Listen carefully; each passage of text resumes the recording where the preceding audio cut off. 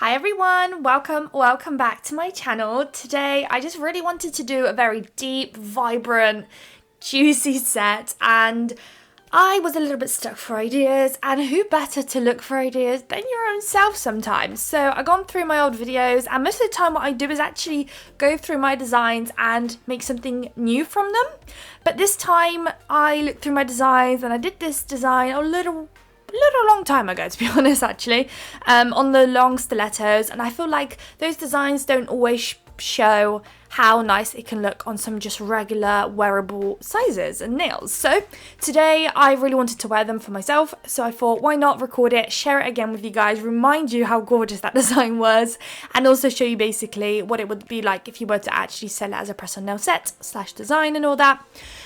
So I'm showing you the colours I'm using. You need a pretty nice vibrant pink and a purple. But when I say vibrant, I don't mean necessarily super light and bright. It's kind of deep colours, but they're vibrant at the same time, if that even makes any sense. And then you also want yourself some white and a nudie base colour. So those two gorgeous colours from Madame Glam, I'm going to actually ombre together and they look gorgeous. So you want two ombre nails, you want the pinky and also the index finger. Then all the rest of the nails are going to be with the base colour. So for me it's nail nails today, and then all of that will go into lamp for a cure, and with my ombre I'm just going with an ombre brush. Off camera real quick I'll do another coat of the ombre and then another 2 coat of the nudie base. That's because it's a very buildable colour and I really want my nudie base to be opaque, and I go in with 3 very thin coats just so that I don't make the nail too thick, but I really want that opacity. Now that it's out though, I'm going to do a couple easy lined strokes. It's almost like a nice alternative to a French tip. It's kind of given the same look, but it's not exactly that, and in some ways I actually find it to be a much easier method to a French tip, to be honest. So you want to start off with just doing a line down the side of the nail. I'm going in with the pink at first, and then remember off camera I'll do another coat of each design or / line / whatever I'm doing off camera, just another coat. And then on the middle nail, I'm doing a French tip, but I'm doing it really low because I'm actually going to do a layered French tip look.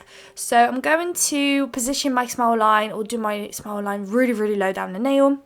And then I'm going to colour it in. So with this kind of nail, you need to envision where you want your lines. If it makes it any easier, you can always draw the smile line off the highest point on the nail and then make your way downwards. But I always seem to just go from the bottom upwards. Next up, after it's cured and a second coat applied, I'm going in with the purple. And I'm essentially following through with what I've already done, just above it. I'm kind of trying to keep, give or take, the same kind of thickness of the lines as well, but it's not really necessary. I don't really feel like you can tell too much. There were some areas where I was trying to fix. I felt like my lines weren't straight enough or a bit wonky here and there, but realistically, don't drop your nails. If you look from it from far, you can't tell. And we're doing that on all 3 nails again, both nails with the line and then the middle nail with the actual French tip. Now out of this part of the video, doing the second French tip is probably the harder bit, I find, for some reason. But you just have to go a little bit lower, if I could give you an advice. Go a little bit lower than you think. Because most of the time, because you've got something below, it makes you feel like you should go much higher than that. But that is not the answer. It's going to be way too high and you'll instantly notice. So if you got a feeling it's a bit too high, it definitely is. Just wipe it away and try again, basically. Because you want it to be how you want it and not later regret your decisions. So off that goes in time for a cure and a second coat applied. Now with some white, I'm using bold white, I think it is, from Madame Glam. And I'm going to go on the opposite side now and just do a stroke going to the other side. And I'm trying to kind of pick a middle part of the purple and then colour it in, basically. So I'm trying to keep that line as middle as I can to create that French look. If it's slightly slanted, not to worry. You can always cover it up. You can always do other bits and bobs to actually fix it or make it not so noticeable. But obviously trying to be as middle as you can will definitely save you a lot of time and effort. And once I colour in that side, I'm actually going to continue with the white line and outline the individual strokes I've done earlier, so the purple and the pink as well. So I do show that a little bit. Usually I don't show this footage because I always mess it up. My lines are always thicker and thinner as I do it because I start panicking. And often with these kind of lines, you want them to continue at the same thickness. So I'm going to do the lines again between the purple and the pink, but I can't remember whether I actually show you guys that or I do it off camera because, yeah, at least you get a little bit of that footage. Can't get all of it. And then we're also going to outline the colours on the French tip too, but that you are not going to get any footage of because that was a nightmare. I just can't do thin lines, like rounded curved lines. I just have a nightmare with it. So French tip outline, oh my god, I can, you know, do your French tip small line no problem and then colour it in because I don't have to worry about the thickness, but the moment I have to be very precise with my line, oh god, I'm still definitely working on that. So here you've noticed we've got an extra line added that you did not see me do. So now we're going to do some stars. I wish I made these stars smaller. When I did my first set, I did them much smaller. When I filmed, I don't know what got into me. I kind of got a bit heavy-handed with the dots and I made them quite thick, which in turn made my lines a little bit thick when I was pulling, you know, creating those star arms.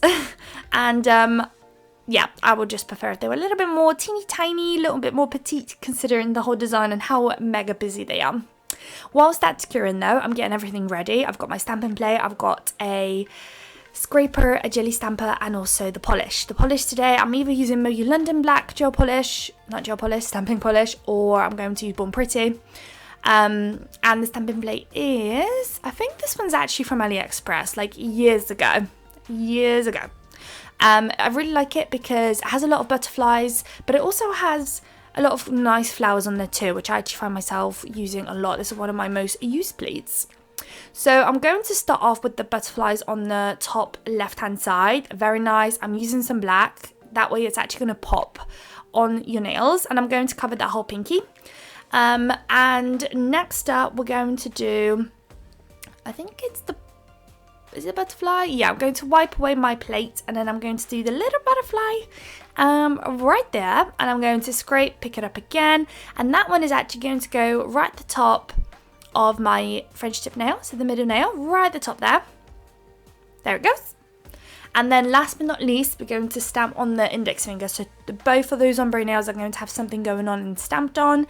Now for this one, I was going for more of like a scenic look, so on the plate there's these, like, I would not know what they're called, but they're kind of like grass with some kind of flower looking things. So I'm going to stamp that right at the bottom of the nail, right there, and then there's a butterfly or two that managed to get in there. And then just to continue the butterfly look, there is a little image on there that's got these full covered bold butterflies that I'm going to pick up and kind of just envision and try and make it work and add it to the design, so above the flowery little stamp that we just done essentially.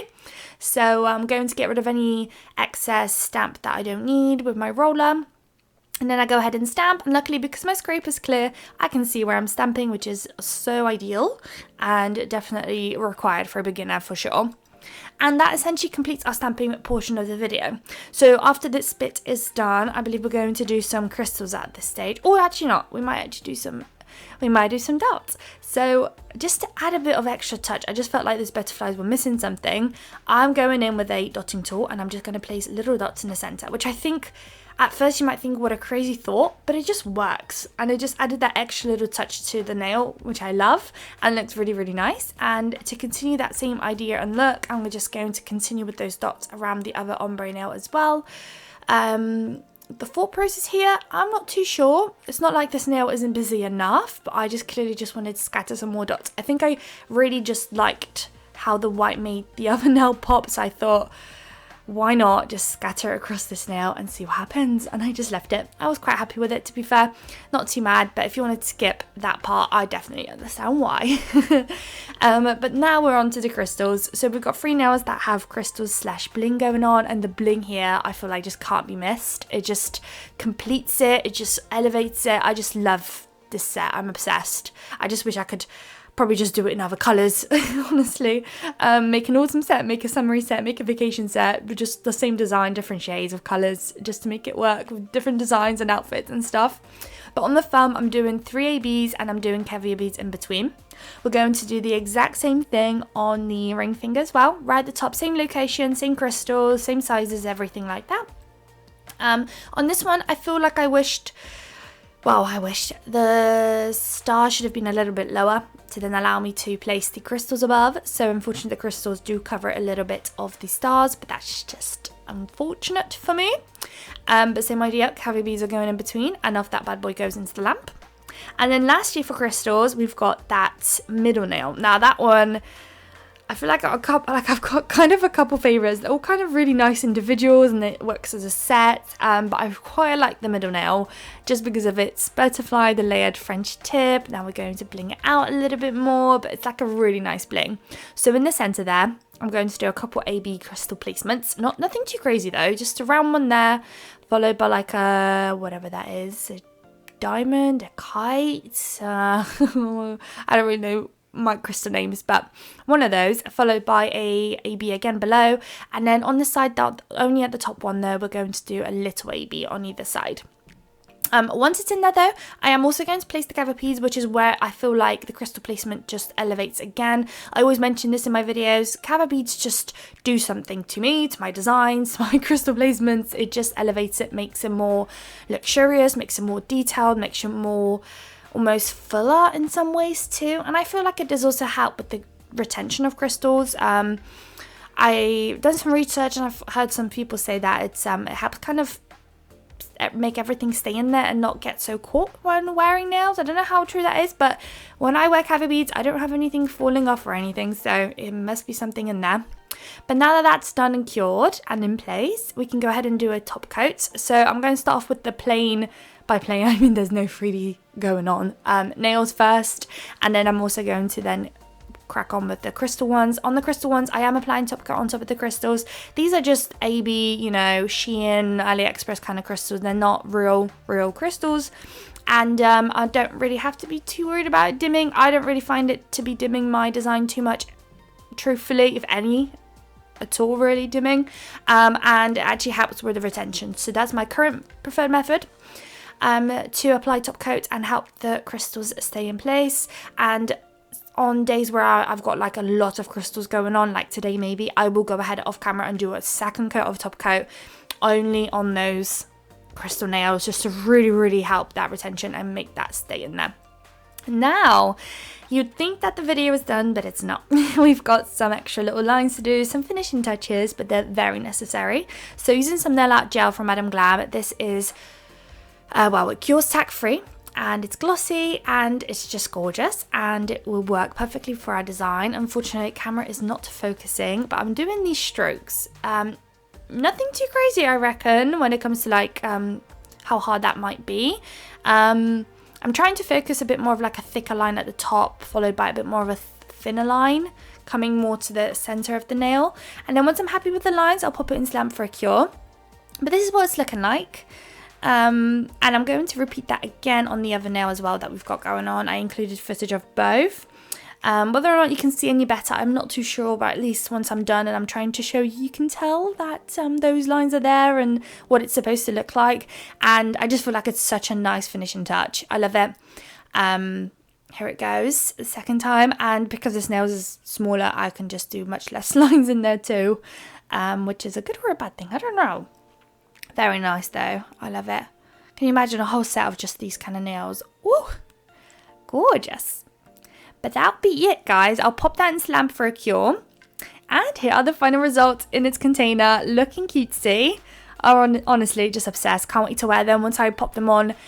Don't know when, but when I will definitely post some shorts and videos of it on the hand in its full glory, in some nice cute background, with some nice lighting, and you see it in its full potential on my hands.